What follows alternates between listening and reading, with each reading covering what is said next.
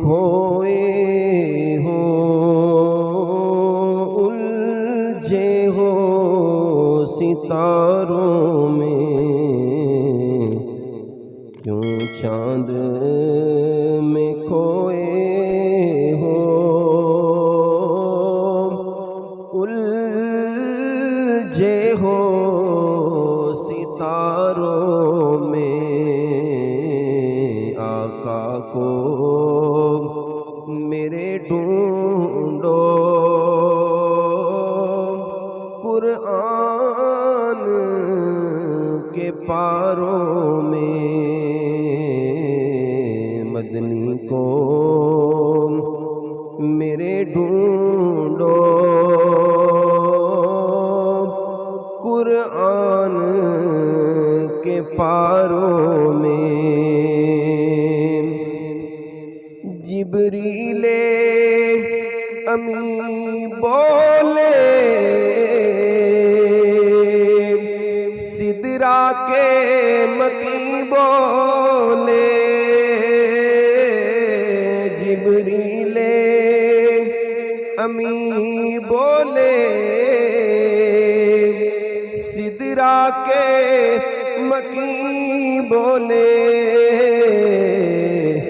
تم سانا کہیں دیکھا لاکھوں میں ہزاروں میں،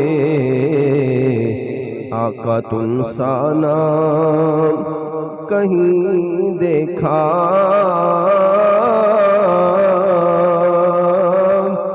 لاکھوں میں ہزاروں میں، اللہ نے امت کی بخشش کا کیا وعدہ، اللہ نے امت کی بخشش کا کیا وعدہ، محبوب کو جب دیکھا روتا ہوا غاروں میں، کیوں چاند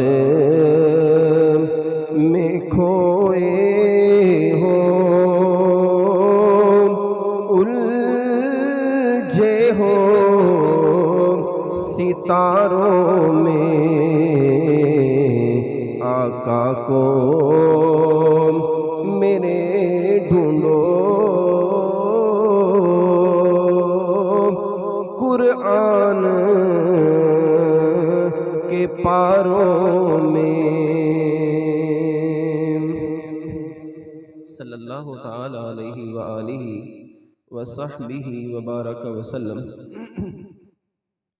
رسول کریم رؤوف الرحیم صلی اللہ علیہ وآلہ وسلم کا فرمان خوشبودار ہے۔ کریم آقا علیہ السلام ارشاد فرماتے ہیں کہ اللہ تعالیٰ کے فرشتے ہیں جن کو طوافین کہا جاتا ہے، ان کی خاص ایک ذمہ داری ہے کہ وہ ذکر کی محفلوں کو تلاش کرتے ہیں، گلیوں میں چکر لگاتے ہیں، اور جہاں کہیں انہیں محفل نظر آ جائے، بزم سجا کے بیٹھے ہوں، تو وہ دوسروں کو پکارتے ہیں، ہلموا الی حاجاتکم، آ جاؤ، جس ضرورت کے پیش نظر آسمان کی بلندیوں کو چھوڑ کر تم آئے تھے، جس چیز کے تم متمنی تھے، جس چیز کو تم تلاش کرنے والے تھے، ذکر کی محفل، فرماتے ہیں کہ آؤ ادھر دیکھو، نبی کے غلام اپنے نبی کے ذکر کی بزم سجا کے بیٹھے ہوئے۔ رسول اللہ صلی اللہ علیہ وآلہ وسلم ارشاد فرماتے ہیں پھر وہ فرشتے آ جاتے ہیں۔ سرکار علیہ السلام کا فرمان مقدس وہ رب کا ہی فرمان ہے، کیونکہ رب کا قرآن فرماتا ہے وَمَا يَنْطِقُ عَنِ الْهَوَىٰ إِنْ هُوَ إِلَّا وَحْيٌ يُوحَىٰ، میرے مصطفیٰ کریم علیہ السلام اپنی مرضی سے نہیں بولتے، جو کچھ بولتے ہیں وہ وحی خدا ہی ہوتی ہے۔ تو گویا کہ یہ سرکار علیہ السلام کی پاک زبان سے رب ذوالجلال کی منشا کے الفاظ نکل رہے ہیں۔ فرمایا وہ فرشتے پھر آ جاتے ہیں، کیا کرتے ہیں؟ جو وہاں پر ذکر کی بزم میں بیٹھے ہوتے ہیں ان کے اوپر اپنے نوری پروں کے ذریعے سایہ کر لیتے ہیں، اور جب تک وہ محفل اور بزم جاری رہتی ہے وہاں پر وہ فرشتے اپنے پروں سے سایہ فگن رہتے ہیں۔ جب محفل مکمل ہوتی ہے تو آسمان کی بلندیوں کی طرف بارگاہ رب العزت میں حاضر ہوتے ہیں۔ وہ رب العزت جو سب کچھ جاننے والا ہے پوچھتا ہے فرشتوں سے، میرے فرشتے کہاں سے آ رہے ہو؟ فرشتے عرض کرتے ہیں باری تعالیٰ زمین سے آئے ہیں جہاں پر تیرے نبی کے غلام تیرے ذکر کی اور تیرے حبیب کے ذکر کی بزم سجا کے بیٹھے۔ حدیث مصطفیٰ کریم علیہ السلام میں آتا ہے اللہ رب العزت جو سب کچھ جاننے والا ہے، سب کچھ علم ہونے کے باوجود فرشتوں سے کہتا ہے میرے فرشتوں بتاؤ تو صحیح میرے بندے کیا کہتے تھے؟ فرشتے عرض کرتے ہیں مالک وہ تجھ سے تیری جنت کا سوال کرتے تھے۔ اللہ پاک فرماتا ہے میرے فرشتوں کیا انہوں نے جنت کو دیکھا ہوا ہے؟ عرض کرتے ہیں باری تعالیٰ انہوں نے جنت کو تو نہیں دیکھا۔ اللہ پاک فرماتا ہے اچھا یہ بتاؤ اگر وہ میری جنت کو دیکھ لیں تو پھر کیا کریں گے؟ عرض کرتے ہیں باری تعالیٰ پھر وہ تجھ سے اور تڑپ کے ساتھ جنت مانگیں گے۔ اللہ پاک فرماتا ہے اچھا فرشتوں اور بتاؤ میرے بندے اور کیا کہتے تھے؟ عرض کرتے ہیں باری تعالیٰ وہ تیری جہنم سے پناہ مانگ رہے تھے۔ اللہ پاک فرماتا ہے کیا انہوں نے جہنم کو دیکھا ہے؟ عرض کرتے ہیں باری تعالیٰ انہوں نے جہنم کو دیکھا تو نہیں ہے۔ اللہ پاک فرماتا ہے اگر وہ دیکھ لیں جہنم کی ہولناکیوں کو پھر کیا کریں گے؟ عرض کرتے ہیں باری تعالیٰ پھر وہ اور شدت اور تڑپ کے ساتھ تجھ سے پناہ مانگیں گے، جہنم سے تیری پناہ مانگیں گے۔ اللہ پاک فرماتا ہے میرے فرشتوں گواہ ہو جاؤ میں نے ان سب کی بخشش فرما دی۔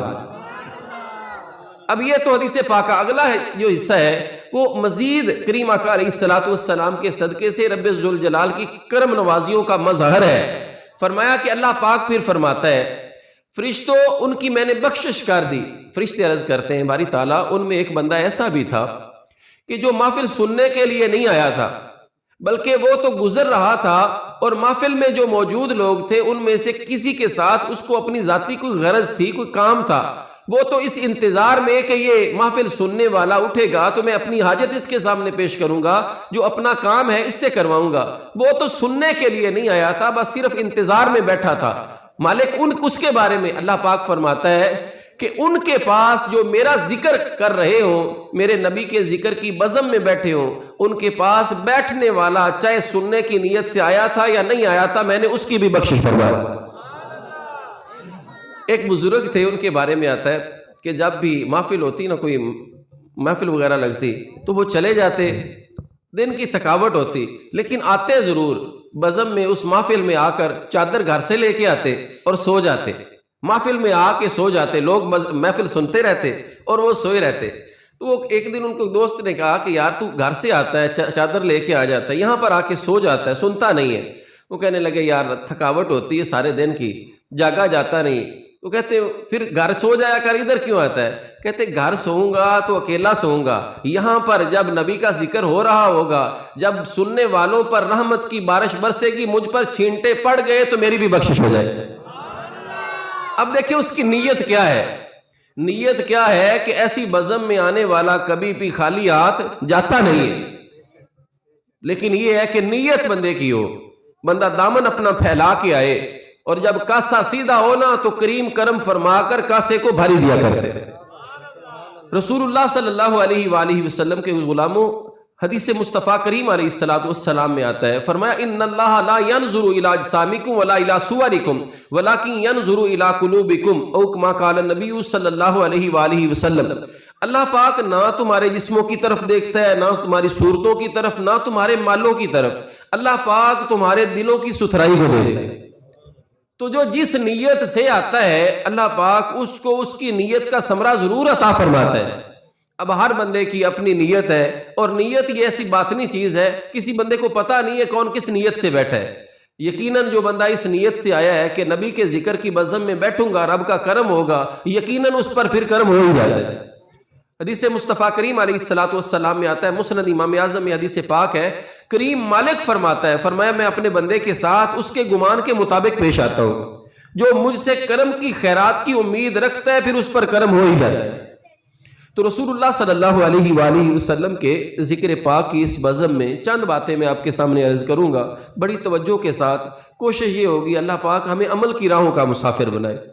اب رات کی اس گھڑی میں، رات کے اس لمحے میں، سارے دن کے آپ تھکے ہوتے ہیں، دیہات کا ماحول ہے، کام کرتے ہیں، یہاں پر آ کر آدھا گھنٹہ میں آپ کو واقعات سنا کے چلا جاؤں تو یہ آپ کے ساتھ وفا نہیں ہوگی، بلکہ میں آپ کا وقت ضائع کروں گا۔ تو چند باتیں احادیث طیبہ کی روشنی میں عرض کروں گا، اللہ پاک ہم سب کو عمل کی توفیق عطا فرمائے۔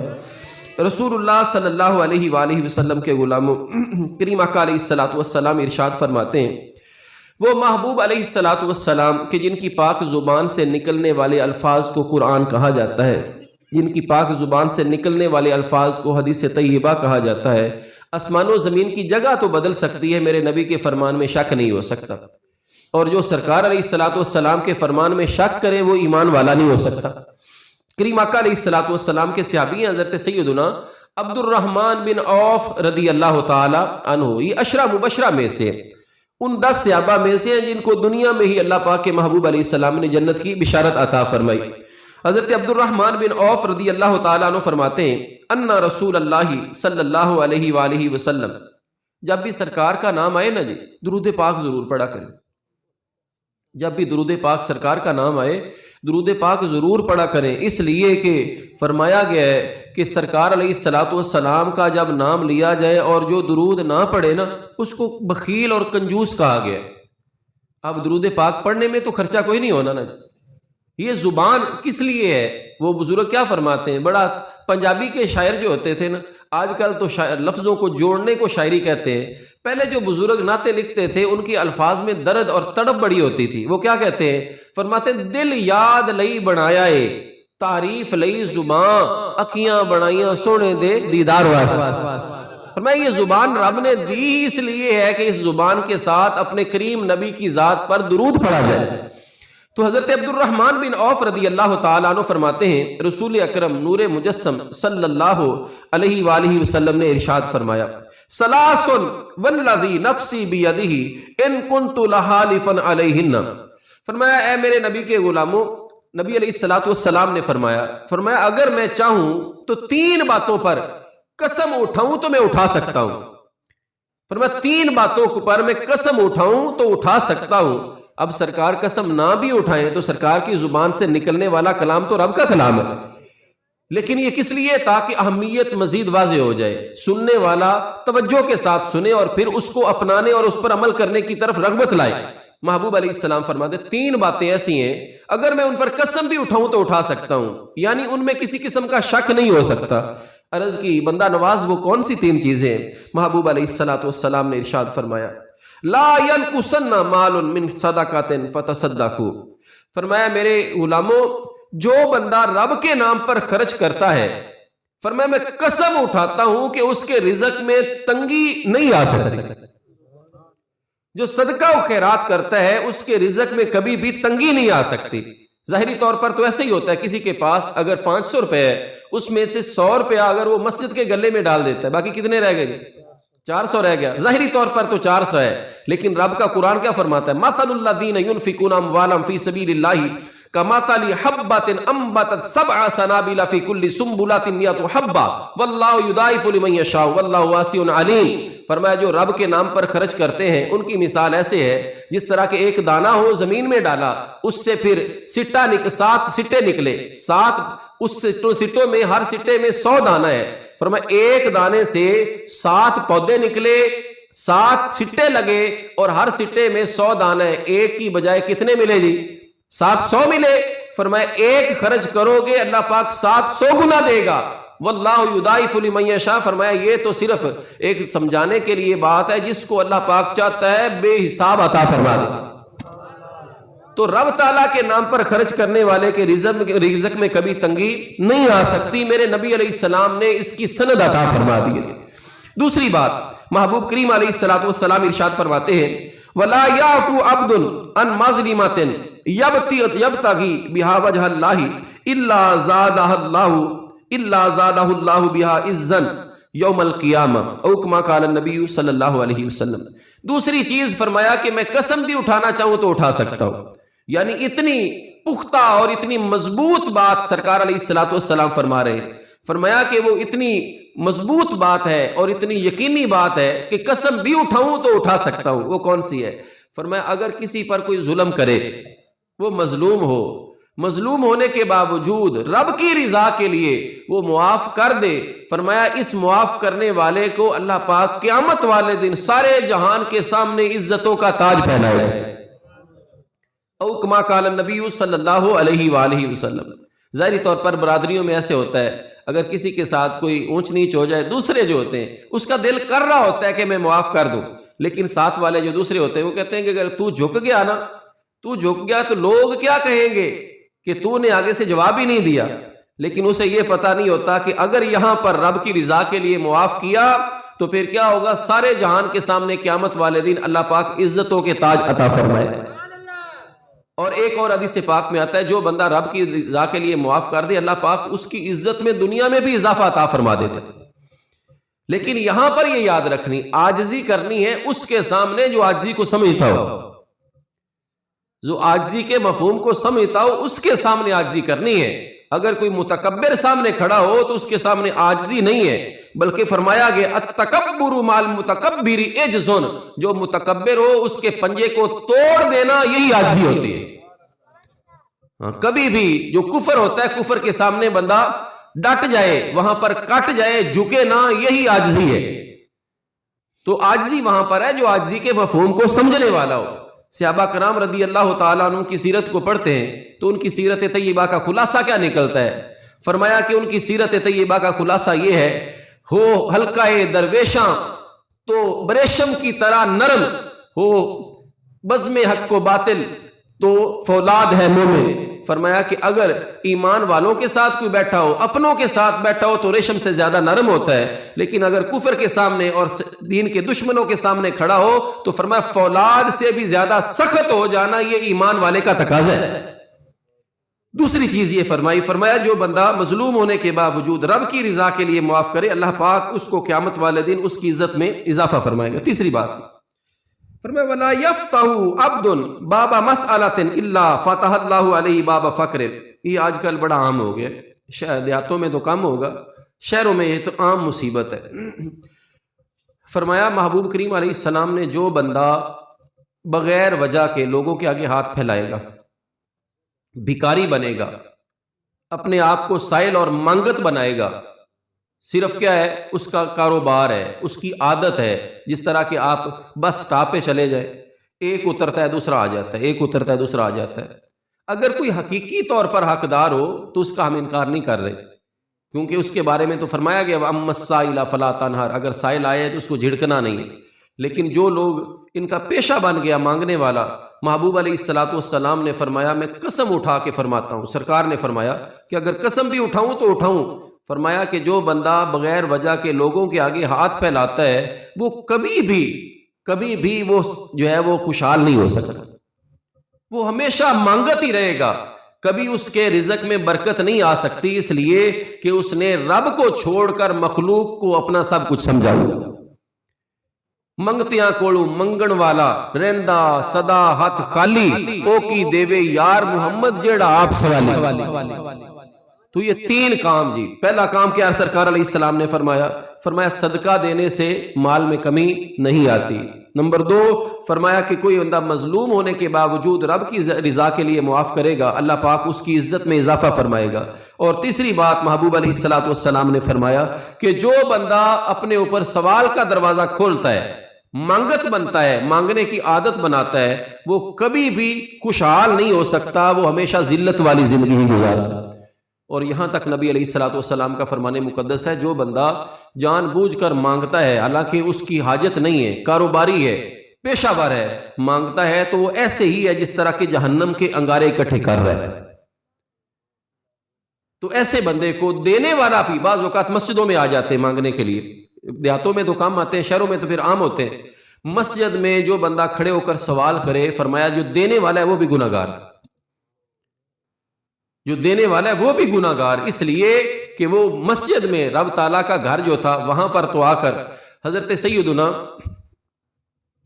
عمر فاروق رضی اللہ تعالی عنہ آپ کے شہزادے ہیں حضرت سیدنا عبداللہ ابن عمر رضی اللہ تعالی عنہما، ان کے شہزادے ایک مرتبہ طواف کر رہے تھے کعبۃ اللہ شریف کا، تو ایک یحییٰ خاندان کا جو ہے وہاں پر آدمی آ گیا، ابن امیہ خاندان کا وہاں پر ایک آدمی آیا، بادشاہ تھا غالباً ابن حشام تھا، وہ طواف کرتے ہوئے پاس آیا اور کہنے لگا کہ آپ عمر فاروق رضی اللہ تعالی عنہ کی اولاد سے ہیں، اگر آپ چاہیں تو آپ کے لیے میں آپ کی کچھ مدد کر دوں۔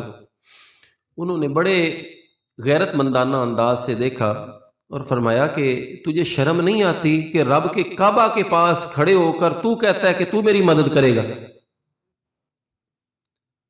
خیر وہ جو ہے وہ طواف کرنے لگا، جب وہ بزرگ جو تھے طواف کر کے باہر نکلے پیچھے پیچھے آنے لگا، کہنے لگا اب تو طواف آپ نے کر لی ہے، اگر کوئی حاجت ہو کوئی ضرورت ہو تو بتائے میں آپ کو دیتا ہوں۔ آپ نے فرمایا اچھا یہ بتا تو دین دے سکتا ہے یا دنیا دے سکتا ہے؟ کہنے لگا کہ نہیں، دین تو آپ جیسے لوگوں کے پاس ہے، کوئی دنیا کی حاجت ہے؟ فرمایا جا چلا جا، دنیا کی بات کرتا ہے، جس رب نے دنیا بنائی ہے میں نے کبھی اس سے بھی دنیا نہیں مانگی۔ تو بندہ غیرت والی زندگی گزارے، غیرت والی زندگی گزارے، اللہ پاک پھر کسی کے آگے ہاتھ پھیلانے کی نوبت آنے نہیں دیتا۔ رسول اللہ صلی اللہ علیہ وآلہ وسلم کے غلاموں، آج ضرورت ہے اس بات کی کہ مسجدیں، جس طرح یہ غلام فرید بھائی بتا رہے تھے کہ عشاء کی نماز پہ 17 نمازی تھے، اب یہ اتنی بڑی آبادی ہے، اگر ایک گھر سے ہر گھر سے ایک بندہ بھی جائے نا مسجد میں پاؤں رکھنے کے لیے جگہ نہ ہو۔ آپ جانتے ہیں جب سال کے بعد عید آتی ہے تو عید پر لوگ کہاں سے آ جاتے ہیں؟ اسی بستی کے ہوتے ہیں، اس دن مسجد کیسے بھر جاتی ہے؟ تو جب رب تعالیٰ کے گھر کو جو بندہ چھوڑتا ہے نا، اس کے گھر میں سکون نہیں رہ جاتا۔ اگر بندہ یہ چاہتا ہے کہ میری زندگی میں سکون آ جائے، میرے رب نے نسخہ بتایا ہے، فرمایا الا بذکر اللہ تطمئن القلوب، دلوں کا سکون رب نے اپنے ذکر میں ہی رکھا ہوا ہے۔ ہمارا جو ہے نا اصول، ہمارا ضابطہ، ہمارے جو قوانین ہیں وہ کچھ اور ہے، رب کا قانون کچھ اور ہے۔ ہم عقل مند اس کو کہتے ہیں کہ جو کاروبار اچھا کر رہا ہو، جس کا جو ہے وہ کاروبار اچھا ہو، گھر اچھا بنا ہوا ہو، لوگوں کے ساتھ اس کا رہن سہن اچھا ہو، چاہے وہ مسجد میں جائے یا نہ جائے۔ لیکن کریم آقا علیہ الصلوۃ والسلام نے عقل مند کس کو فرمایا؟ فرمایا الکیس من دان نفسہ وعمل لما بعد الموت۔ فرمایا عقل مند وہ ہے، یہ عقل مند ہونے کی ڈگری سرکار علیہ الصلوۃ والسلام عطا فرما رہے ہیں۔ ہمارا کسی کو عقل مند کہنا وہ ہماری ناقص سوچ ہو سکتی ہے، سچے نبی علیہ الصلوۃ والسلام کی پاک زبان سے جس کے لیے عقل مند ہونے کے الفاظ جاری ہوئے ہیں، یقیناً وہ رب کی بارگاہ میں بھی عقل مند ہی ہوگا۔ محبوب علیہ السلام فرماتے ہیں الکیس من دان نفسہ وعمل لما بعد الموت، عقل مند وہ ہے جو اپنا محاسبہ کرتا رہے۔ رات ہو، سیدی اعلیٰ حضرت رحمۃ اللہ تعالی علیہ آپ نے ذکر کیا، داتا پاک حضور علیہ رحمہ کا فرمان مقدس ہے، فرماتے ہیں کہ رات جب سونے لگو تو اپنے ہاتھ کی 5 انگلیاں بھی گنا کرو، 5 نمازیں بھی گن لیا کرو۔ فرمایا جو اپنا محاسبہ کرتا رہے، دیکھتا رہے کہ میں نے صبح سے لے کر اب تک اپنے پاک رب کی نعمتیں کتنی استعمال کی ہیں اور اس کا ذکر کتنا کیا، چانن ہو جائے گا ہر ایک بندے کو، کسی سے پوچھنے کی ضرورت ہی نہیں ہونی۔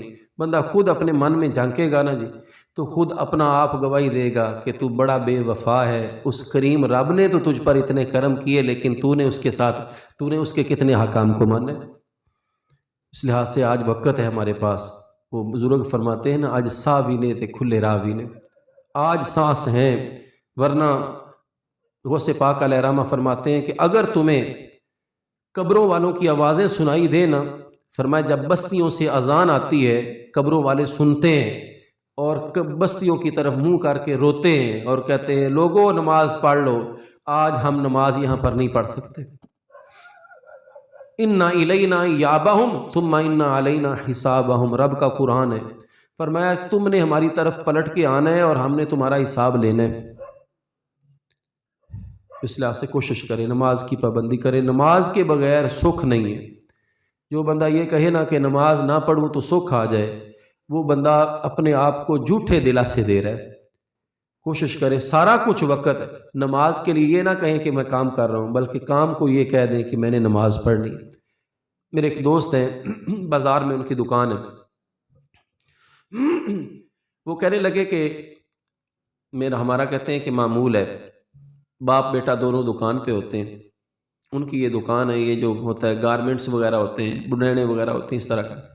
کہتے ہیں شاہ صاحب ہمارا معمول ہے کہ جب زور کا ٹائم ہوتا ہے نا، ہم دکان بند کر کے مسجد چلے جاتے ہیں، دونوں باپ بیٹا چلے جاتے ہیں۔ کہتے ہیں واپس آتے ہیں تو لائنیں لگی ہوتی ہیں خریدنے والوں کی۔ رازق وہ ہے، رزق دینے والا تو وہ کریم رب ہے۔ جو بندہ یہ کہے نا کہ شاید ہو سکتا ہے کہ میں محنت کروں گا تو میں رزق زیادہ کما لوں گا، یاد رکھیں برکت کچھ اور ہوتی ہے، کثرت کچھ اور ہوتی ہے۔ ہو سکتا ہے ایک بندہ ایک دن کا 10,000 کما لے، لیکن جو مہینہ گزرے گا تو ہو سکتا ہے زیادہ دوائیوں پہ لگ کے کوئی مصیبتوں میں ادھار اٹھا کے بیٹھا ہوگا۔ لیکن برکت یہ ہے کہ روزانہ کا اگر 800 بھی اس نے کمایا ہے، جب مہینہ ختم ہوگا تو اس کے گھر میں کوئی 3-4 ہزار باقی بچے ہوئے ہوں گے۔ آپ نے ایک بڑی عام سی بات ہے، آپ سمجھیں گے، یہ پرندے ہوتے ہیں نا جی، پرندے ہوتے ہیں، یہ اپنے بچوں کو اڑنا سکھاتے ہیں، دانے جمع کرنا نہیں سکھاتے۔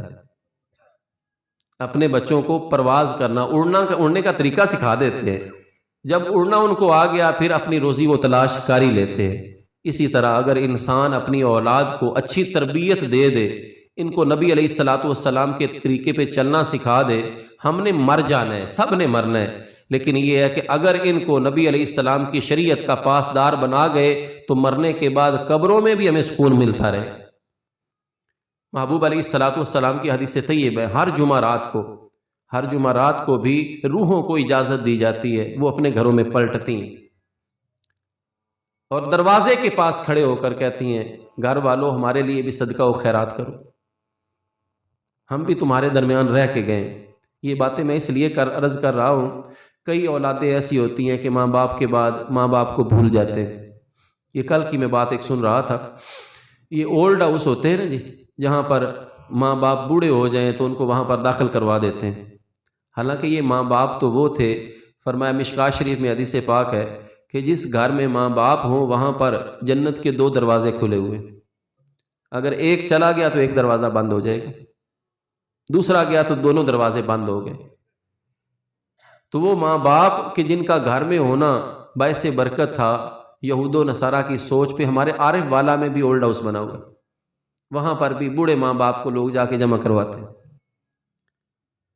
تو وہ بتا رہے تھے اولڈ ہاؤس والے، کہتے کہ ایک آدمی اس کا بیٹا جو ہے وہ اولڈ ہاؤس میں جمع کرانے آیا، داخل کروانے کے لیے آیا۔ وہ کتنا امیر تھا، کہتے وہ کروڑوں کا مالک تھا۔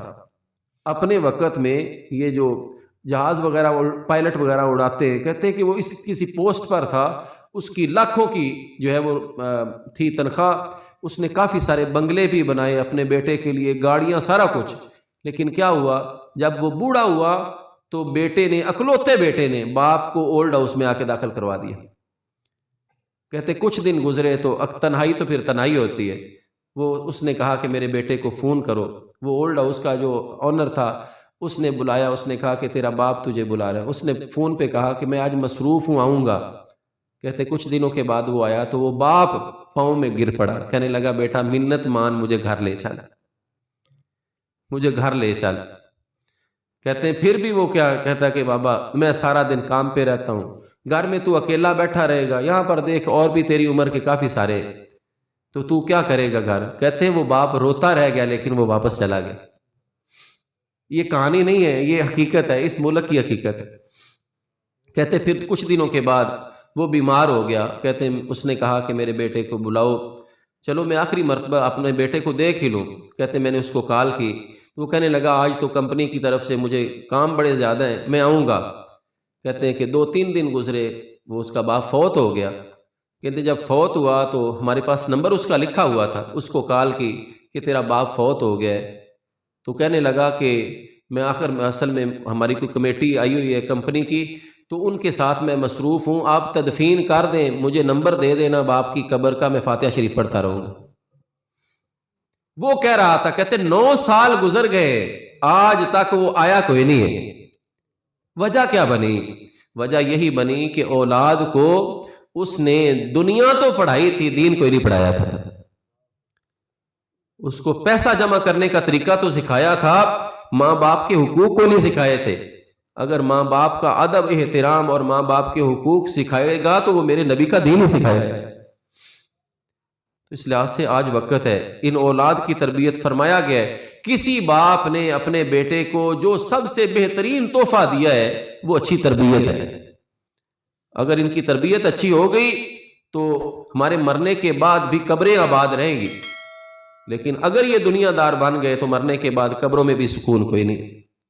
محبوب علیہ السلام نے فرمایا القیس من دان نفسہ، عقل مند وہ ہے جو اپنا محاسبہ کرے۔ تنہائی میں بیٹھ کر نہ کہ اپنے آپ کو 10 منٹ دیا کریں، گھر والوں کے لیے بچوں کے لیے بڑا کچھ کرتے ہیں، اپنے آپ کے لیے ہم کیا کرتے ہیں؟ کوئی روزانہ بیٹھ کے نہ تنہائی میں نکر لا کے بندہ دیکھے روزانہ کہ میں نے قبر میں جانا ہے تو قبر کی روشنی کے لیے میں نے کیا انتظام کیا۔ قرآن پڑھا ہوا ہے، قرآن پاک کی تلاوت کرتا ہوں، نماز پڑھی ہے، جس کریم نبی علیہ الصلوۃ والسلام کے بارے میں ہم کہتے ہیں کہ ان کے آنے سے قبریں روشن ہو جاتی ہیں اور یقیناً ہوتی ہیں، ان کی ذات پر میں نے درود پاک کتنا پڑھا ہے۔ یہ بندہ اپنی کاپی بنا کے بیٹھ جائے۔ ایک میں آپ کو وظیفہ دے رہا ہوں، کوشش کریں ہم سب اس پہ عمل کریں۔ محبوب علیہ الصلوۃ والسلام نے فرمایا ہے، اللہ اکبر، فرمایا کہ جو بندہ کسی کاپی کتاب لکھنے کی جگہ پر درود پاک لکھے، جب تک وہ درود لکھا رہے گا فرشتے اس لکھنے والے کے لیے بخشش کی دعا کرتے رہیں گے۔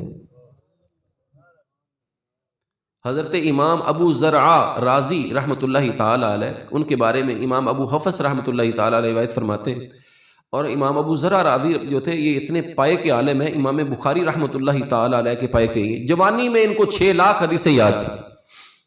جب ان کا وصال ہوا نا تو بعد میں بزرگوں نے، امام ابو حفص نے ان کو خواب میں دیکھا، کیا دیکھتے ہیں کہ پہلے آسمان پر فرشتوں کی صفیں بنی ہوئی ہیں اور مصلی پہ امام ابو زرعہ کھڑے، فرشتوں کے امام بنے کھڑے۔ کہتے میں نے پوچھا کہ فرشتوں کی امامت کر رہے ہیں، کون سا ایسا عمل قبول ہوا؟ کہنے لگے میں نے اتنی حدیث پاک لکھی، جب بھی سرکار کی حدیث لکھتا تھا سرکار کا نام آتا تھا تو میں نبی کی ذات پر درود لکھ دیتا تھا، تو رب تعالیٰ نے کرم کیا، اس وجہ سے میری بخشش ہو گئی۔ تو اب آپ کو یہ میں عرض کرنے لگا ہوں، کم از کم کوشش کریں، بازار کبھی جائے نا جی چکر لگے، ایک اچھی کاپی خرید لیں، اچھی کاپی خرید لیں، اس کو اچھی خوشبو لگا کے روزانہ کا آپ اپنا معمول بنائیں، روزانہ کا معمول، جب بھی وقت ملے، زیادہ نہیں تھا، کم از کم پنجتن پاک کے نام کا 5 مرتبہ درود پاک لکھ لیا کریں، سونا کر کے نبی کی ذات پر درود پاک لکھتے رہے۔ سرکار کا فرمان پاک جب موجود ہے، فرمایا جب تک لکھنے والا اس میں درود پاک وہ لکھا رہے گا، لکھنے والے کے لیے فرشتے بخشش کی دعا کرتے رہیں گے۔ دیکھیں نا کتنا آسان کام نہیں ہے، کریں گے سارے لوگ، بڑا آسان کام ہے۔ اور وصیت ہم کر جائیں گے کہ جب ہم مریں تو یہ کاپی جس پر میں نے اپنے نبی کی ذات پر درود لکھا ہے میرے کفن کے ساتھ رکھ دیں۔ دیکھیں قبر میں کتنا سکون ہوتا ہے۔ کوشش تو کریں جی، ہم نے مرنا ہے، کسی نے بچنا نہیں ہے، موت سے کوئی نہیں بچ سکتا۔ رب کا قرآن فرما رہا ہے اینما تکونوا یدرککم الموت ولو کنتم فی بروج مشیدہ، فرمایا جب تم کہیں بھی ہوئے، چاہے تم مضبوط قلعوں کے اندر بھی ہوئے، کریم مالک فرماتا ہے موت تمہارے تک آ جانی، لیکن ہر ایک کی موت برابر نہیں ہونی۔ موت جانے سے پہلے اگر قبر کے لیے ہم کچھ کر لیں گے، ہم نے قبر میں حشر تک رہنا ہے، قبر میں ہم نے حشر تک رہنا ہے۔ اب دیکھیں نا تھوڑی دیر کے لیے آپ یہاں پر آئے ہیں، آپ جن کو تھوڑی سی سردی محسوس ہو رہی تھی وہ چادریں ساتھ لے کے آئے۔ یہاں سے آپ نے 161 سے عرف والا جانا ہو، موٹر سائیکل پہ جانا ہو، تو کیا خیال ہے آپ موٹر سائیکل کی ٹینکی چیک نہیں کریں گے کہ اس کے اندر پیٹرول ہے یا نہیں؟ دیکھ کے جائیں گے کہیں رستے میں بند نہ ہو جائے، اگر بند ہو گیا تو مجھے پیدل چلنا پڑے گا۔ اور نبی کریم علیہ الصلوۃ والسلام کے غلاموں، یہ 4 کلومیٹر کا فاصلہ ہم دیکھے بغیر نہیں کر رہے، دیکھ رہے ہیں کہ ہمارے پاس ذاتی راہ ہے کہ ہمیں منزل تک پہنچا دے گا، پھر ہم چل رہے ہیں۔ حضرت سیدنا صدیق اکبر رضی اللہ تعالیٰ عنہ فرماتے ہیں کہ بندہ ہی بڑا بے وقوف ہے، وہ بندہ بڑا بے وقوف ہے جو کشتی کے بغیر دریا میں اتر جائے، اور فرمایا اس سے بھی زیادہ بے وقوف وہ ہے جو بغیر عمل کے قبر میں اتر جائے۔ تو اس لحاظ سے کوشش کریں، یہ جو جوان یہاں پر بیٹھے ہیں، محبوب علیہ الصلوۃ والسلام کا فرمان مقدس ہے، کریم آقا علیہ الصلوۃ والسلام کا یہ پیارے فرمان پاک سنیے جی۔ سرکار علیہ الصلوۃ والسلام نے ان جوانوں کے لیے کیا کیا تحفے عطا فرمائے۔ فرمایا خیر شبابکم من تشبہ بکہولکم وشر کہولکم من تشبہ بشبابکم. سچے کریم نبی علیہ السلام فرماتے ہیں جوانوں میں بہترین سونا جوان وہ ہے جو جوانی میں ہی بوڑھوں جیسا ہو جائے. جوانی میں ہی بوڑھوں جیسا ہو جائے. کیا مطلب؟ نظریں جھکی ہوئی ہوں، نماز پڑھے تو تسلی کے ساتھ پڑھے، قرآن پاک پڑھے تو آنکھوں میں آنسو آئے، اونچا نہ بولے. ہر لحاظ سے جب بوڑھا ہوتا ہے نا بندہ، جوان کو تو یہ ہوتا ہے کہ شاید میں نے ابھی تک جوانی گزارنی ہے، اس کے بعد بوڑھاپا آنا ہے. لیکن جو بوڑھا ہوتا ہے، حدیث مصطفیٰ کریم علیہ السلام میں آیا، فرمایا 2 بیماریوں کا علاج کوئی نہیں. ہر مرض کا علاج رب نے اتارا لیکن 2 کا کوئی نہیں ہے. کون سی جی؟ بڑھاپے کا علاج کوئی نہیں. کوئی بھی بندہ بڑھاپے کے بعد دوبارہ جوان نہیں ہوتا. اور فرمایا کہ موت کا علاج کوئی نہیں. موت آ کے رہنی ہے، تندرستوں کو بھی آتی ہے اور بیماروں کو بھی آتی ہے.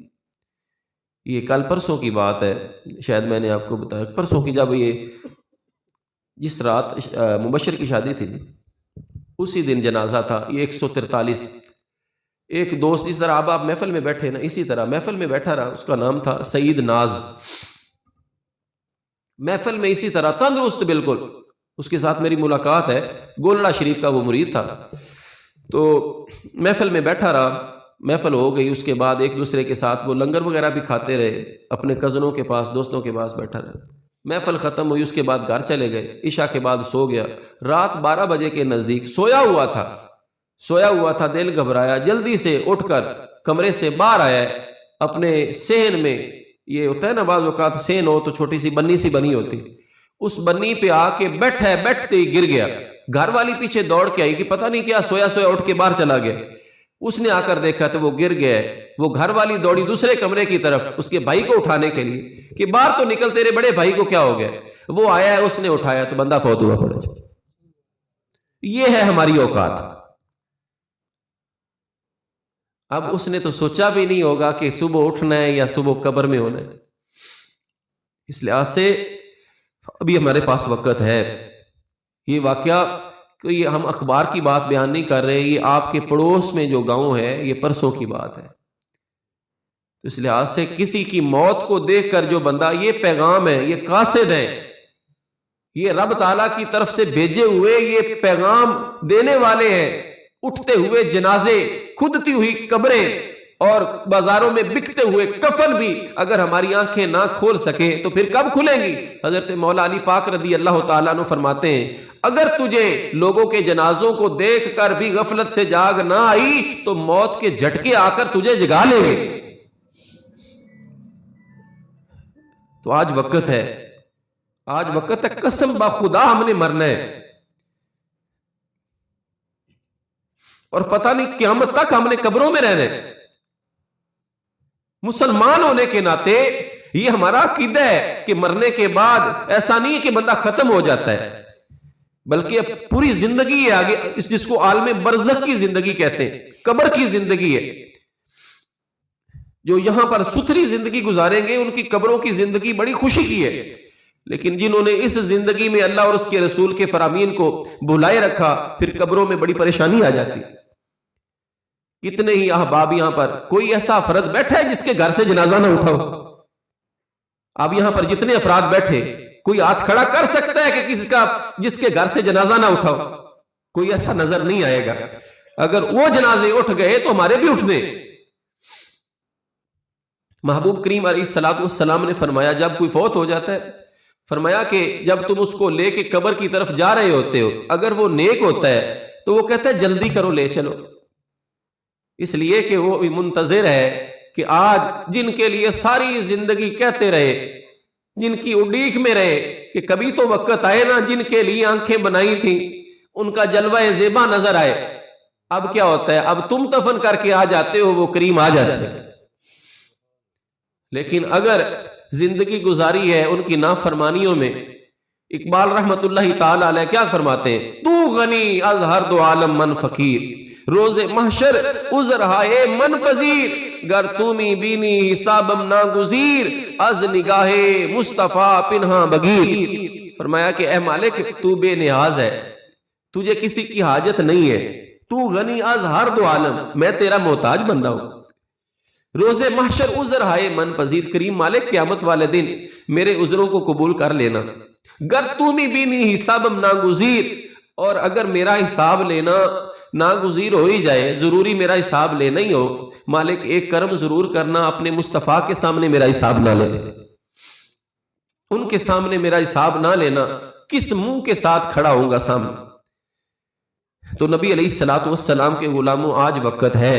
محبوب علیہ الصلوۃ والسلام نے جوانوں کے لیے فرمایا خیر شبابکم من تشبہ بکہولکم، بہترین جوان وہ ہے جو جوانی میں بوڑھوں جیسا ہو جائے۔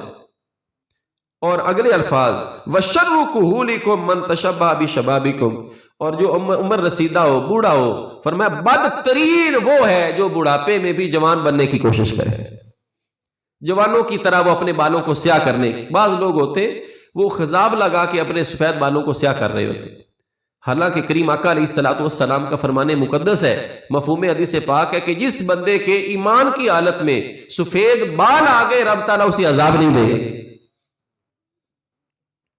حضرت سیدنا ابراہیم علیہ السلام، اللہ کے پیارے کریم نبی، اللہ کے خلیل، سب سے پہلے سفید بال آپ کی داڑھی شریف میں آئے۔ تو ایک دن دیکھا تو عرض کی مالک یہ کیا ہے؟ فرمایا پیارے یہ نور ہے۔ عرض کی مالک اس میں اضافہ کر۔ اور جو لوگ اپنے یہ بالوں کو سیاہ کرتے ہیں، حدیث مصطفیٰ کریم علیہ السلام ہے، فرمایا من سود رأسہ سود اللہ وجہہ یوم القیامہ، او کما قال النبی صلی اللہ علیہ وسلم۔ فرمایا جس نے اپنے سفید بالوں کو سیاہ کیا، قیامت والے دن اللہ پاک اس کا منہ کالا کرے گا۔ لوگوں نے اس کو سمجھا ہوا ہے کہ ہماری مرضی ہے، جیسا بھی کرے۔ سیدی اعلیٰ حضرت رحمۃ اللہ تعالی علیہ فرماتے ہیں بوڑھے بیل کے سینگ کاٹ دیے جائیں تو وہ جوان نہیں ہو جاتا، اسی طرح بوڑھا آدمی اپنے سفید بالوں کو سیاہ کر لے تو وہ جوان نہیں ہو جاتا۔ کریم آقا علیہ الصلوۃ والسلام ارشاد فرماتے ہیں جی، محبوب علیہ السلام نے فرمایا ما من ناشئ ینشأ فی العبادۃ حتی یدرکہ الموت الا آتاہ اللہ اجر 99 صدیقا۔ فرمایا جو جوان اپنی ستھری جوانی گزارے، جوانی میں اس کی پاکیزگی تھی، آنکھوں میں حیا تھا، زبان میں پاکیزگی تھی، فرمایا جس نے اپنی جوانی پاکیزگی میں گزاری، سچے نبی علیہ السلام فرماتے ہیں اللہ پاک اس کو 99 صدیقوں کا ثواب عطا فرمائے گا۔ اور صدیق کا مقام نبی سے نیچے ہوتا ہے، اللہ کے نبیوں کے بعد صدیقوں کا مقام ہوتا ہے۔ فرمایا جس نے اپنی جوانی ستھری گزار لی، فرمایا کہ اس کو اللہ پاک 99 صدیقوں کا ثواب عطا کرے۔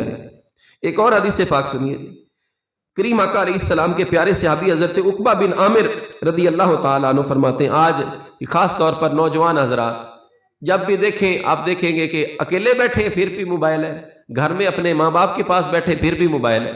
اس موبائل نے آ کر ہمارا جو وقت ہم نے اپنے کریم نبی کی ذات پر درود پڑھنے میں گزارنا تھا وہ تو موبائل کو دے دیا، جو وقت ہم نے نبی کا قرآن پڑھنے میں لگانا تھا وہ ہم نے موبائل کو دے دیا۔ اور پھر صرف دیے ہی نہیں ہے، اس موبائل سے آنکھوں کی جو پاکیزگی تھی وہ بھی چھن گئی، جو ارادوں کی طہارت تھی وہ بھی چھن گئی۔ محبوب علیہ الصلوۃ والسلام فرماتے ہیں ان اللہ عز وجل لا یعجب من الشعب لیست له صبوۃ۔ فرمایا جو نوجوان جوانی میں بےہودہ کام نہ کرے، کھیل کود میں اپنا وقت ضائع نہ کرے، کھیل کود کا شوقین نہ ہو، بلکہ اپنے پاک رب کے قرآن کو پڑھنے کا شوقین ہو، فرمایا اللہ پاک اس بندے سے بڑا ہی پیار کرتا ہے۔ وہ مالک ہو کے، تمام جہانوں کا رب ہو کے اپنے اس بندے سے پیار کرتا ہے جو اپنی جوانی میں یہ کھیل کود سے دور ہو جائے۔ تو خدارا آج وقت ہے ہمارے پاس، آج وقت ہے۔ وہ آج کئی یہاں پر احباب بیٹھے بال سفید آ چکے ہیں، ہر بندہ اپنے گریبان میں ہم میں سے جھانکے، ہر بندہ جھانکے آج بدھ کا دن گزرا ہے، آج ہم نے کتنی نمازیں پڑھی، ہر بندے کو اپنے نظر آ جائے گا۔ تو نماز کے بغیر آپ کہیں گے کہ جی نماز پہ اتنا زور کیوں دیتے ہیں؟ نماز کس چیز کا نام ہے؟ نماز اپنے پیدا کرنے والے رب کے ساتھ تعلق کا نام ہے، اس تعلق کا نام ہے کہ جو ہم وعدہ کر کے آئے تھے۔ اللہ پاک نے فرمایا الستُ بربکم، میرے بندوں کیا میں تمہارا رب نہیں ہوں؟ سب نے کیا کہا تھا؟ قالوا بلا، جی مالک تمہارا رب ہے۔ یہاں پر آ کر وہ وعدہ بھول گئے۔ رسول اللہ صلی اللہ علیہ وسلم کا فرمان مقدس ہے، فرمایا کہ من تشبہ بقوم فہو منہم، جو جس قوم کے ساتھ مشابہت اختیار کرے گا انہی کے ساتھ ہوگا۔ اب اس حدیث پاک میں بھی ہمارے لیے عبرت ہے، درس ہے، سبق ہے، اصلاح ہے۔ فرمایا جو جس قوم کے ساتھ مشابہت کرے گا انہی کے ساتھ ہوگا۔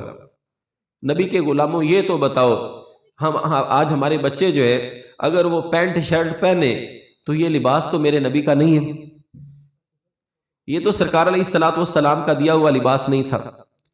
اگر صبح یا دن کے وقت جو بھی وقت ہو اگر گھر میں گانوں کی آواز آئے تو یہ تو تعلیمات میرے مصطفیٰ کی نہیں تھیں، یہ تو یہود و نصارہ کا کام تھا۔ نبی کے غلام پہلے یہ ہوتا تھا کہ صبح گھروں سے قرآن و حدیث کی، قرآن پاک کی تلاوت کی آوازیں آتی تھی۔ اب گھر سے جو ہے موبائل چل رہا ہوتا ہے، اس پہ بھی گانے ہیں۔ اگر کوئی چنگچی رکشہ چلانے والا ہے، سارا دن جس نے مزدوری کر کے بچوں کا پیٹ پالنا ہے، وہ بھی رکشے پہ بھی گانے چلا کے پھر رہا ہے۔ تو ہر بندہ ہی وہ سمجھتا ہے کہ شاید اس طرح کرنے سے مجھے سکون مل جائے گا، کبھی نہیں ملے گا۔ اس لیے کہ سکون جہاں پر بھی ملنا ہے وہ سرکار کی اتباع، سرکار کی غلامی میں ہی ملنا ہے۔ فرمایا کہ محبوب علیہ الصلوۃ والسلام نے فرمایا القیس من دان نفسہ، عقل مند وہ ہے جو فرمایا اپنا محاسبہ کرتا رہے، وعامل لما بعد الموت، اور مرنے کے بعد کے لیے عمل کرے کہ مرنے کے بعد اس نے کیا کچھ کرنا ہے، قبر میں اس کی کیا ضروریات ہیں۔ وہ یہ بات میں نے پہلے بھی عرض کی تھی۔ ایک مرتبہ حضرت سیدنا میر عبد الواحد بالگرامی رحمۃ اللہ تعالی علیہ، سیدی اعلیٰ حضرت رحمۃ اللہ تعالی علیہ کے یہ دادا مرشد خانہ بالگرام، ان کے پاس ایک جوان آ گیا، کہنے لگا حضور مجھے نا موت سے بڑا ڈر لگتا ہے۔ بزرگوں نے فرمایا کہ بیٹے کیا کام کرتا ہے؟ کہنے لگا میں فلاں کاروبار کرتا ہوں، نماز بھی پڑھتا ہوں لیکن نماز میں دل نہیں لگتا۔ فرمایا پھر بھی پڑھتا ہے؟ عرض کی جی حضور پڑھتا ہوں۔ آپ مسکرانے لگے، فرمایا واہ واہ، پھر تو دل کی نہیں پڑھتا، رب کی پڑھتا، تیرا دل نہیں بھی کرتا پھر بھی تو اپنے آپ کو کھینچ کے مسجد کی طرف لاتا ہے۔ تو کہنے لگا کہ حضور نا مجھے موت سے بڑا ڈر لگتا ہے۔ آپ نے فرمایا کرتا کیا ہے؟ کہنے لگا فلاں کاروبار کرتا ہوں۔ آپ نے فرمایا نماز پڑھتے رہنا ہے، جس قدر ہو سکے تو نے صدقہ و خیرات کرنا ہے، کسی غریب کو، اپنے رشتہ دار کو دے دیا کر، رب کے نام پہ خرچ کرتا ہے۔ کہتے ہیں کہ اس نے اپنا معمول بنایا۔ کچھ عرصے کے بعد وہ خود سوچتا تھا کہ میں نے کہا کہ مجھے موت سے ڈر لگتا ہے، بزرگوں نے کہا تو صدقہ و خیرات کیا کر، پتہ نہیں جواب اور سوال میں مماثلت نہیں ہے، تعلق نہیں ہے۔ کچھ عرصے کے بعد ملا، بزرگوں نے پوچھا بیٹے بتا اب کیا حال ہے؟ کہنے لگا حضور اب موت سے ڈر نہیں لگتا، اب موت سے پیار آتا ہے۔ یہ موت بھی تو رب کی ایک مخلوق ہے نا۔ اللہ زی خلق الموت والحیات، جس طرح رب نے خلق الانسان فرمایا ہے کہ رب نے انسان کو پیدا کیا، اسی طرح رب نے موت کو بھی تو پیدا کیا۔ موت بھی رب کی ایک مخلوق کا نام ہے، وہ کوئی انہونی چیز نہیں ہے۔ ایسے ہی ہے جس طرح کہ ایک مخلوق دوسری مخلوق سے ملے، تو فرمایا جو بندہ سچی زندگی سرکار کی غلامی والی زندگی گزار کے جاتا ہے اس کے لیے موت کے الموت تحفۃ المؤمن ہے، اور الموت جسر یوصل الحبیب الی الحبیب ہے۔ پر موت تو ایک پل کا نام ہے، اس کو کراس کرو گے تو آگے محبوب کی وادیاں شروع ہو جاتی ہیں۔ تو اس لحاظ سے یہ ستھری زندگی گزارے، یہ زندگی ستھری گزر گئی، آخری وقت انشاءاللہ سکون ہوگا۔ لیکن فرمایا جب آخری وقت آتا ہے نا، بندے کی ساری زندگی کی پھرکی گھمائی جاتی ہے کہ کیسے کیسے وقت گزار کے جا رہا ہے۔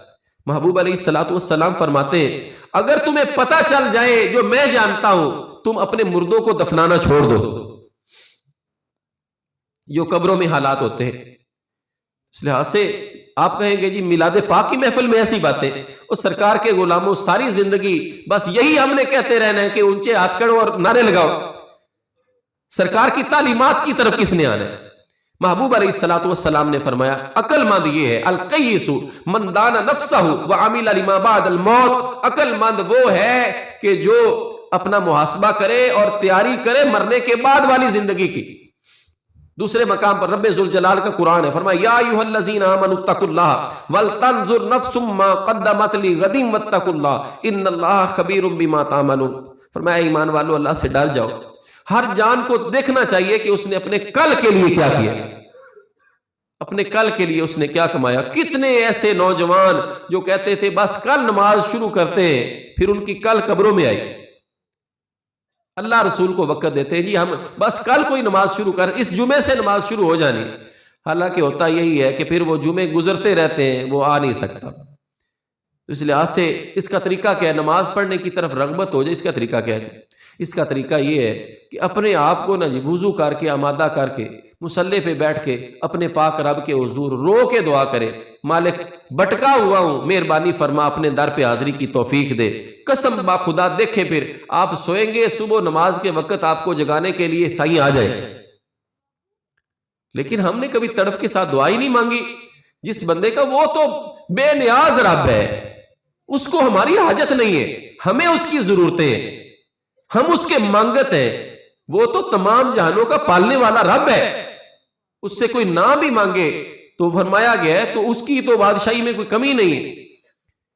دنیا میں کسی بھائی سے مانگنے، سگے بھائی سے مانگے، دوسری مرتبہ مانگے تو رویہ بدل جاتا ہے، لیکن وہ کریم اتنا ہے کہ اس سے نہ مانگے تو وہ ناراض ہو جائے۔ فرمایا کہ احمق کون ہے؟ عقل مند تو یہ تھا کہ جو اپنا محاسبہ بھی کرے اور مرنے کے بعد کے لیے اہتمام کرے۔ بے وقوف کون ہے؟ محبوب کریم علیہ الصلوۃ والسلام فرماتے ہیں والاحمق من اتبع نفسہ ہواہا، جو اپنی خواہشات کی پیروی کرتا ہے، جیسا دل آیا، جیسا یاروں بیلیوں کے پاس بیٹھا، جیسا منہ میں آیا بولا، جیسا چاہا اس نے دیکھا۔ فرمایا اپنی خواہشات کی پیروی کرتا رہا۔ اور کیا کہتا ہے؟ بڑے توجہ طلب الفاظ نبی علیہ السلام فرماتے ہیں کہ مرضی اپنی کرتا ہے، وَتَمَنَّا عَلَى اللَّهِ، کہتا ہے میرا رب بڑا مہربان ہے، میرا رب بڑا مہربان ہے۔ فرمایا یہ بے وقوف ہے کہ رب کی نافرمانیاں کر کے رب سے امیدیں لگا کے بیٹھے، یہ رب کی رحمت کے ساتھ مذاق کر رہا ہے، گناہ کرتا ہے اور کہتا ہے میرا رب بڑا مہربان ہے۔ فرمایا وہ یقیناً مہربان ہے، لیکن تو نے اس کی مہربانی کا مذاق اڑایا ہے۔ تو رسول اللہ صلی اللہ علیہ وآلہ وسلم کے غلاموں، آج وقت ہے، آج وقت ہے ہمارے پاس، اگر اس وقت کی قدر ڈال لیں گے تو مرنے کے وقت بھی سکون ہوگا جی، سوکھے مر جائیں گے، اور قیامت والے دن بھی سوکھے ہوں گے، اور قبر میں جو وقت گزرنا ہے وہ بھی سوکھا ہوگا۔ لیکن اگر یہ زندگی اسی طرح گزر گئی جس طرح گزر رہی ہے تو پھر مرنا تو ہے، موت تو آنی ہی ہے، چاہے وہ تندرست ہے، چاہے وہ بیمار ہے، چاہے کوئی بوڑھا ہے یا وہ جوان ہے، سب کو آنی ہے۔ اب یہاں پر بیٹھے کتنے ہی ایسے ہیں کہ ہم سے چھوٹے آئے، بعد میں پیدا ہوئے، ہم سے پہلے قبروں میں چلے نہیں گئے۔ کوئی ہے ایسا بندہ جو، میں نے پہلے بھی یہ بات کر دی، کوئی ہے ایسا بندہ جو کہہ سکے کہ ہمارے گھر سے جنازہ نہیں اٹھا؟ اگر نہیں اٹھا تو اٹھنے آنا ہے، یہ وقت ہر ایک پہ آنا ہے، تو اس وقت کے آنے سے پہلے تیاری کر لیں، کوشش کرے اپنے چہرے کو سرکار کی سنت کے مطابق سجا لے۔ محبوب علیہ السلام نے فرمایا جو جس حال میں مرے گا اسی حال میں اٹھے گا۔ اگر قیامت والے دن ہمارے چہروں پہ سرکار کی سنت نہ ہوئی تو پھر کس منہ کے ساتھ سرکار کا سامنا کریں گے؟ سرکار علیہ الصلوۃ والسلام کی ایک سنت طیبہ جو کوشش کریں گے ہم انشاءاللہ سارے اپنے گھروں میں اپنائیں گے۔ جب بھی گھر میں داخل ہونے لگے، جب بھی گھر میں داخل ہونے لگے، دن میں چاہے آپ 50 مرتبہ باہر نکلیں، گھر واپس آئیں، جب بھی داخل ہو گھر والوں کو سلام بلائیں، جب بھی گھر میں داخل ہو آپ سلام بلائیں۔ ہوگا فائدہ کیا ہوگا؟ فرمایا کہ جو بندہ ایسا کرتا رہتا ہے نا، اس کی اولاد آپس میں وہ لڑتی نہیں، بچوں کا آپس میں اتفاق ہو جاتا ہے۔ کیوں؟ اس لیے کہ جب بھی وہ آئے گا کیا کہتا ہے؟ السلام علیکم ورحمت اللہ، تم پر اللہ کی سلامتی اور رحمتیں ہو۔ جب باپ اپنی اولاد کے لیے یہ دعا کرے گا تو رب ذوالجلال تو بڑی جلدی قبول فرما لے گا۔ معمول بنائیں گے جی انشاءاللہ۔ جب بھی گھر جائیں، جب بھی اپنے گھر میں داخل ہو، چاہے آپ کام سے ہیں، حدیث پاک میں آتا ہے صحابہ کرام رضی اللہ تعالیٰ عنہ کا عمل موجود، ایسے ہوتا تھا صحابہ کرام جا رہے ہیں نا جی، درمیان میں کوئی درخت آ گیا، ایک صحابی ادھر سے گزرے، دوسرے ادھر سے گزرے، دوبارہ ملے، السلام علیکم ورحمت اللہ، تو فرمایا گیا کہ سلام کو پھیلاؤ۔ محبوب کریم علیہ الصلوۃ والسلام نے فرمایا اس وقت تک تم جنت میں داخل نہیں ہو سکتے جب تک کہ تم ایمان نہ لاؤ۔ پھر فرمایا کہ اس وقت تک تم جنت میں داخل نہیں ہوگے جب تک کہ ایک دوسرے سے محبت نہیں کرو گے۔ پھر فرمایا تمہیں عمل نہ بتا دوں جس کے سبب تم ایک دوسرے کے ساتھ محبت کرنے لگ جاؤ؟ عرض کی حضور فرما دے، فرمایا سلام کو پھیلاؤ۔ جب بھی ایک دوسرے سے ملے سرکار علیہ الصلوۃ والسلام کی سنت کے مطابق، یہاں تک آج تو انگریز کا ماحول وہ سارا کچھ آ گیا، ملتے کی حال ہے جی، یہ اسلام نہیں ہے.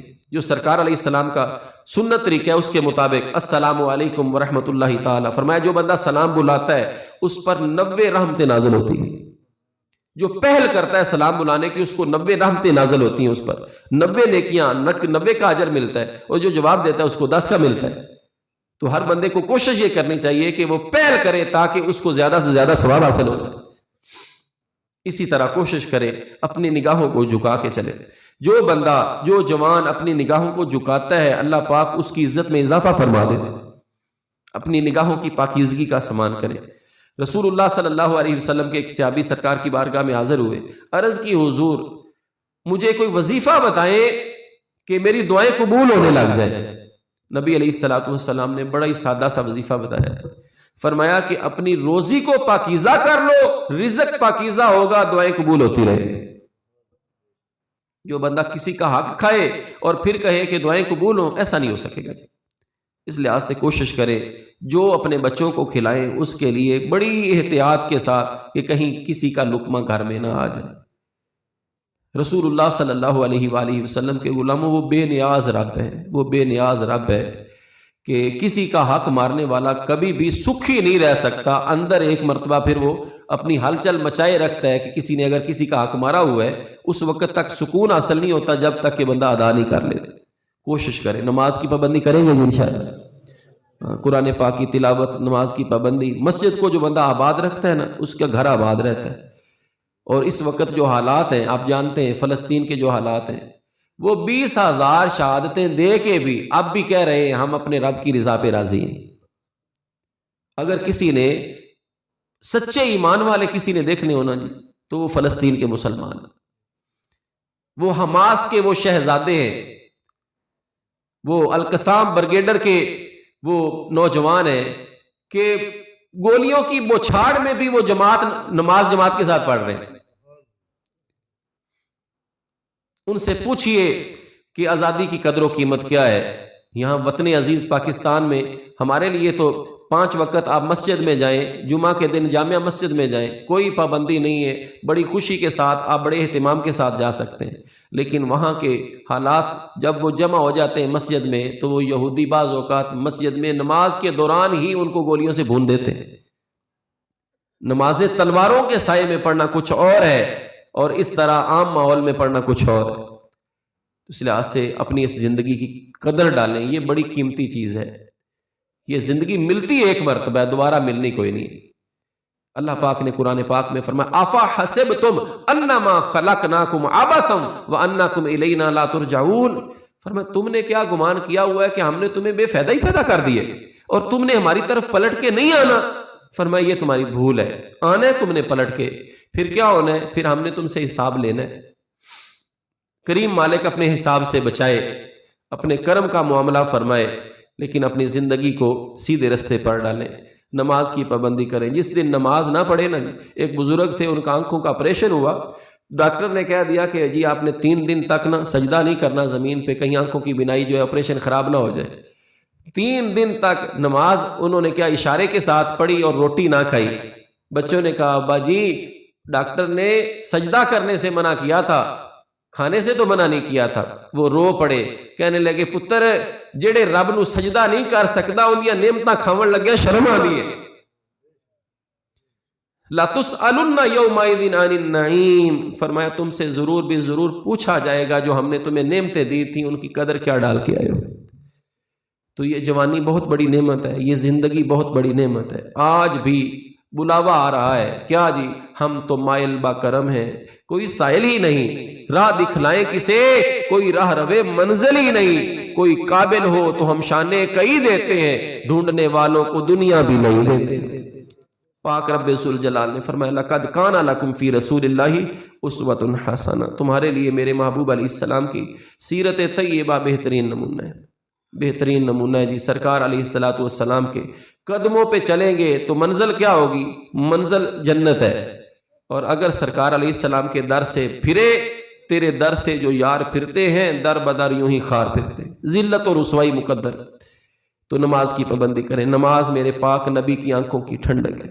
جو اپنے نبی سے پیار کرے گا یقیناً وہ نماز سے بھی پیار کرے گا. درود پاک کا وظیفہ بنائیں.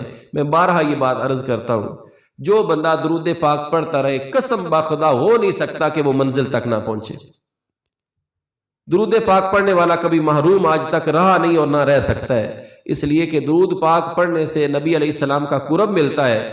جب نبی کا قرب مل گیا تو نبی علیہ السلام کو رب نے ساری نعمتوں کا مالک بنایا ہوا ہے۔ اللہ پاک اپنے حبیب علیہ السلام کے صدقے ہمیں عمل کی راہوں کا مسافر بنائے۔ جو باتیں میں نے عرض کی ہیں کریم مالک مجھے بھی آپ کو بھی سب کو عمل کی توفیق دے۔ وآخر دعوانا الحمدللہ رب العالمین۔